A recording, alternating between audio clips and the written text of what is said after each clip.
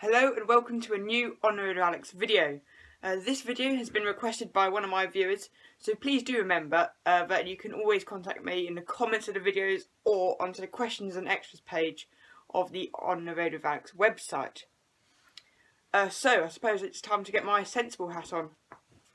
Oh, maybe not. It's better. This week then, it's first cars. And believe it or not, there was a big survey done by Parkers and it revealed that people in the UK spend on average £3,400 on their first car. Parents in London even contribute £4,351 on buying their children's first car, which is a lot, I think. I, for one thing, don't want to be paying that much. I've got Auto Trader running now, and we're going to start at the low end of our budget. So I put in a maximum mileage of 100,000 miles. I put in a maximum insurance group of 10U and a max engine size of 1.4 litres. So I've sorted it low to high. We've got the likes of Vauxhall Corsas, Clios, more Vauxhall Corsas, Peugeot 207.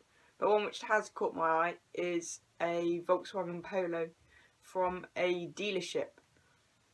Volkswagen Polos are actually very good first cars. They're very good motorway milers because they've got very little noise. The engines are also very good over all generations of the car. So yeah, I'd definitely advise them as a first car.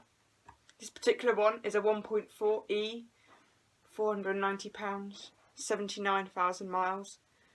MOT till June 2022. It's a manual, which is always good in a first car.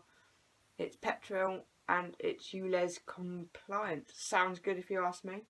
Another car on my list is simply a very good first car. It's the Suzuki Swift, and I think it's an absolute gem, really.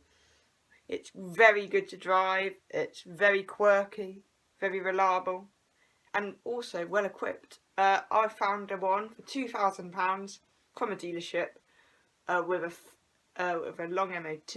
It's a 1.5 litre GLX 3-door as well, so it's got that added sportiness. It's a 2009. It's done 53,000 miles. It had 3 owners, 101 bhp. There's more than enough in that kind of car. Yeah, so I think that's a great deal there. You might think I'm mad on this next one I've chosen. It's the Bmw One Series, and you might think it's going to have very high insurance, isn't it? But you might be able to actually find some good deals on it. Because, if you think about it, a Vauxhall Corsa or a Ford Fiesta would be involved in far more crashes.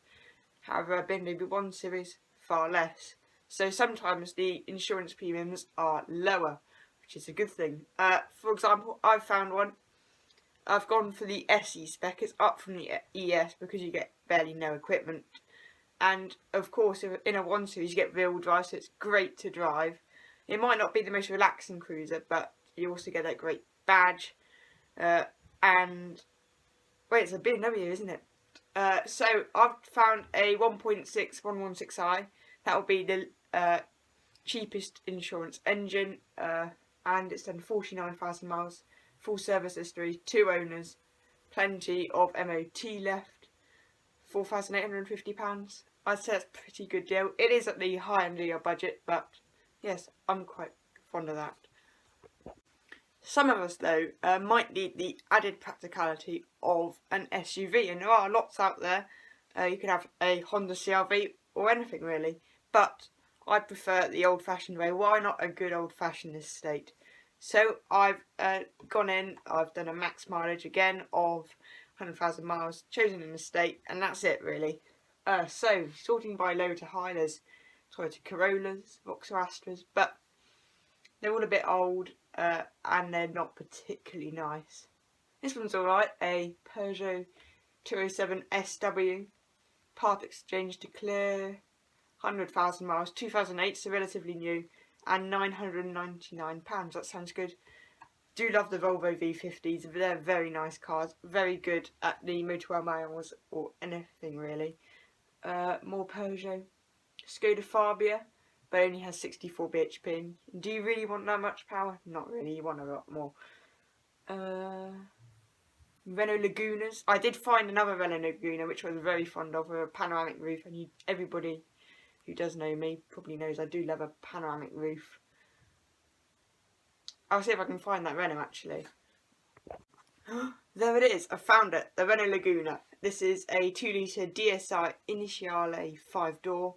It's the estate and it has an absolutely gargantuan boot. It's got the panoramic roof, as I said, alloys, leather interior, sounds very good. Comes from a dealership, 150 horsepower. If I'm honest, it's not going to be the cheapest to insure, but I'll tell you what that does bring me on to. Some ways you can save money on your insurance. The black box, well, this isn't actually a black box, it's actually the hard drive where all the On With Alex videos are stored. Anyway, the black box could save you around 39% off your usual insurance cover, and it monitors your driving traits such as how you accelerate, how you brake, how you corner, and builds up a profile of you. Paying by the mile. Many people do it in the UK, especially after the lockdown when fewer people went out driving, and it's pretty simple. It says by the name, you get to pay less if you do very few miles. Adding another driver onto the insurance is also a good idea. It usually lowers it if you add a 50 or 60-year-old person with no accident history. Adding an immobiliser or a tracker or an alarm to your car also lowers the insurance cost by around 5%. Another place where you can buy a car is on Copart. They're a salvage place.